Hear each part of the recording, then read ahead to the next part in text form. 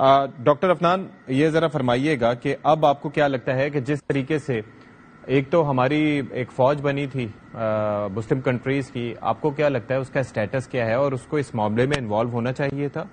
کس حد تک ہونا چاہیے تھا؟ او آئی سی کا رول کیا رہا؟ اس پہ بھی میں چاہوں گا کہ آپ تھوڑا سا روشنی ڈالیں. دیکھیں، بدقسمتی سے او آئی سی کا جو رول ہے وہ ایک آپ سمجھ لیں کہ ایک نامنل قسم کا رول ہے، علامتی قسم کا رول ہے. اس کی کوئی آپ سمجھ لیں کہ اس کی کوئی امپلیمنٹیشن ان کی قراردادوں کو کرانے کے لیے کوئی فورس موجود نہیں ہے. تو وہ آپ علامتی طور پہ آپ جو مرضی کہتے ہیں اس سے کوئی فرق نہیں پڑتا. دیکھیں، دنیا کے اندر کوئی تھوڑا بہت وہ جو رول بیسڈ آرڈر تھا جو ایگزسٹ کرتا تھا کووڈ سے پہلے، وہ اب ختم ہو چکا ہے. اب سارا معاملہ صرف طاقت کا ہے. جس کے پاس جتنی طاقت ہے اتنا وہ بڑا چودھری ہے اور وہ اتنی اپنی بات منوا لیتا ہے. اور یہی بات ہمیں سمجھنی چاہیے. یہ جو مسلمانوں کی فوج بنانے کی بات کی گئی تھی، میں آپ کو ذاتی طور پہ میں یہ سمجھتا ہوں کہ ایران، ترکی، یہ دو ممالک چاہتے ہیں کہ مسلمانوں کی ایک فوج بن جائے. اور کسی حد تک مجھے یقین ہے سعودی عربیہ بھی چاہتا ہے کہ مسلمانوں کی ایک فوج بن جائے. مگر بدقسمتی سے ہم اور چیزوں میں اتنے پھنسے رہے ہیں کہ ہم جو مین کام کرنے والا تھا وہ ہم نے کیا نہیں ہے. اور اب اس کی ضرورت اتنی زیادہ ہو گئی ہے کہ اگر ابھی بھی ہم نے نہیں بنایا تو یہ معاملات اتنی تیزی سے ہمارے ہاتھ سے نکل رہے ہیں، اتنی تیزی سے ہمارے ہاتھ سے نکل رہے ہیں. دیکھیں، میں آپ کو یہ بات یقین سے بتانا چاہتا ہوں کہ اسرائیل کی جو ذہنیت ہے نا، جو یہودیوں کی جو ذہنیت، یہ شیطان کے چیلے جو ہیں، ان کی جو ذہنیت ہے، یہ ایٹم بم بھی چلا دیں گے. میں آپ کو بالکل یہ آپ اس میں نہ رہیے گا کہ یہ کوئی بڑا خیال کریں گے کہ انہوں نے کسی بھی قانون کو اپنے جوتے کی نوک پہ بھی نہیں رکھا. یہ اس طرح کے لوگ ہیں. اور آپ ان سے اگر ایکسپیکٹ کر رہے ہیں کہ کوئی ہیومینٹی اور یہ کوئی ہیومن رائٹس، تو وہ تو آپ بھول جائیں ابھی بالکل. تو اس لیے بہتر تو یہی ہے کہ مسلمان جو ہے ابھی بھی اپنا جو ہے وہ they get their act together.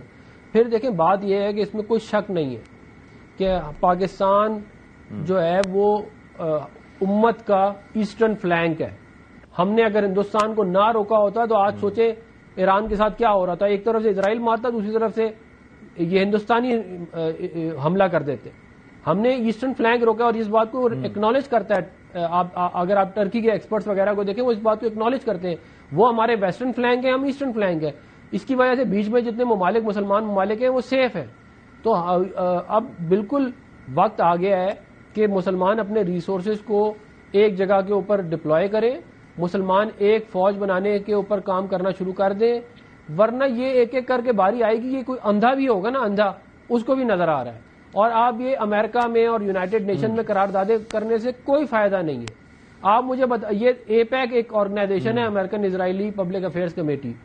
98% جو کانگریس مین اور سینیٹر الیکٹ ہوتے ہیں امریکہ میں وہ ان کے فنڈڈ ہوتے ہیں. 98%.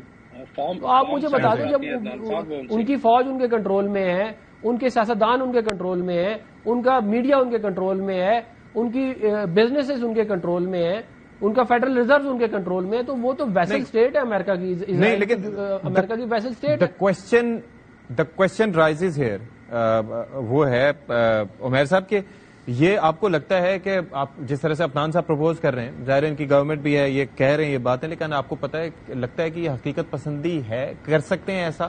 کیونکہ ہم اگر اپنی بات کریں تو ہمارا جو ایک وہ کہتے ہیں نا کہ معاشی پروگرام ہے وہ IMF کی مرہون منت ہے.